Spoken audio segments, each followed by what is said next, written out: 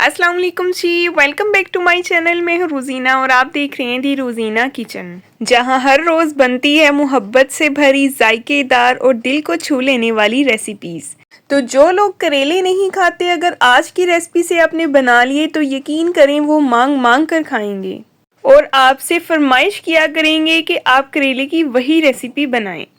इसका कड़वापन क्या होता है, उसको कैसे ख़त्म किया जाता है, इसमें फ्लेवरिंग कैसे की जाती है और इसको ज़रा डिफरेंट और हटके कैसे बना सकते हैं। करेलों से रिलेटेड जो आपकी सोच है ना, इंशाल्लाह वो आज मैंने बदल के रख देनी है। तो सबसे पहले जो आपने करेले लेने हैं वो मीडियम साइज़ के होने चाहिए। उनका छिलका जो है वो ज़्यादा मोटा नहीं होना चाहिए और इस तरह से इनका दरमियान वाला पार्ट जो है वो हमने रिमूव कर देना है। अगर आपको ज़्यादा बारीक बीज नज़र आ रहे हैं तो आप इसको ऐसे भी ऐड कर सकते हैं, इसको इसी तरह भी पकाया जा सकता है। जैसा कि इन करेलों में बीज जो है वो थोड़ा सा मोटा नज़र आ रहा है, इसलिए मैंने इसको निकाल दिए। अगर बीज जो है वो बिल्कुल बारीक है तो आप इसको ऐसे भी पका सकते हैं। तो ये देखिए, इन सारी रिंग्स में से मैंने बीज निकाल दिए हैं और ये बहुत आसानी से निकल जाए। ना ही आपको इनको नमक लगाने की ज़रूरत है और ना ही नमक वाले पानी में डिप करने की ज़रूरत है। अब डायरेक्ट हम इसको करेंगे ऑयल में फ्राई। ऑयल अच्छे से गर्म होना चाहिए और इसको हमने जस्ट फ्राई करना है, प्यारा सा गोल्डन कलर आने तक इनको फ्राई करेंगे। और साथ ही आपसे गुजारिश है, अगर आप मेरे चैनल पे नए हैं तो मेरे चैनल को सब्सक्राइब कर दें, वीडियो को लाइक कर दें, बेल आइकन को प्रेस कर दें ताकि आपको हर नई आने वाली वीडियो का नोटिफिकेशन मिले। और अगर वीडियो पसंद आए तो उसको अपने प्यारों से लाजमी शेयर किया करें, सब्सक्राइब करना ना भूला करें। करेले बनाना कुछ लोगों को मुश्किल लगता है, जाहिर है अब गर्मी भी है और ये है भी गर्मी की सब्जी, तो इसको फ्राई करना पड़ता है पहले, उसके बाद इसको पकाना पड़ता है। तो जाहिर है इसका प्रोसीजर थोड़ा सा लंबा होता है, लेकिन आज का प्रोसीजर आपको बिल्कुल भी लंबा नहीं लगेगा क्योंकि इससे ज़्यादा इजी मेथड आपको पूरे यूट्यूब पे नहीं मिलेगा। ये देखें, करेले फ्राई हो गए हैं और इनको हमने निकाल लिया है। सारे के सारे करेले इसी तरह से मैंने फ्राई करके एक प्लेट में निकाल लिए हैं।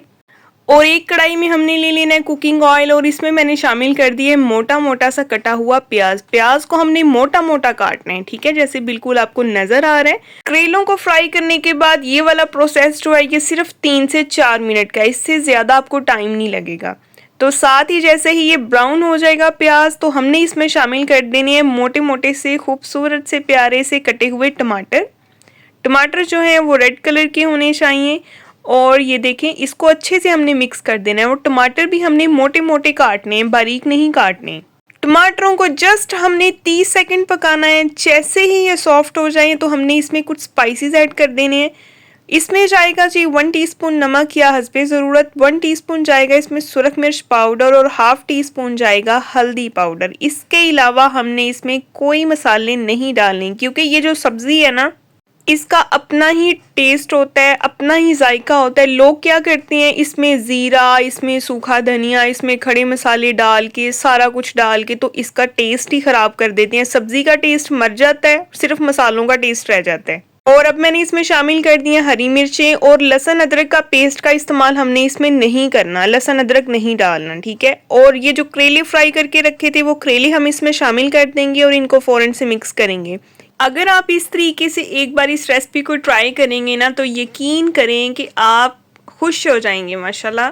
मैं आपको गारंटी देती हूँ कि ये बहुत अच्छे बनेंगे, बगैर करवाहट के, बगैर किसी झंझट के, कोई मारना पीटना नहीं होगा।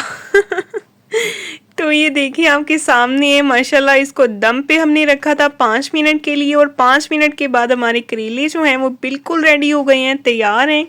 इसमें हरा धनिया डालें फ्रेश कटा हुआ और इसके बाद अभी हम इसको करते हैं डिश आउट। तो ये देखिए माशाल्लाह इसकी फाइनल लुक है। मैंने तो इसके साथ बनाई है पुदीने की चटनी, अनारदाने वाली।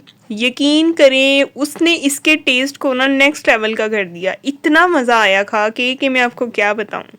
तो आज की सब्ज़ी है जी जायके से भरपूर, जिसका हर निवाला आपको देगा एक नया जायका, एक नया टेस्ट। तो नेक्स्ट हम इंशाल्लाह मिलेंगे एक बहुत ही प्यारी और नई वीडियो के साथ। अपना बहुत सारा ख्याल रखें, अपनी दुआओं में याद रखें। कल को मिलेंगे एक नई रेसिपी के साथ, तब तक के लिए जी अल्लाह हाफिज़।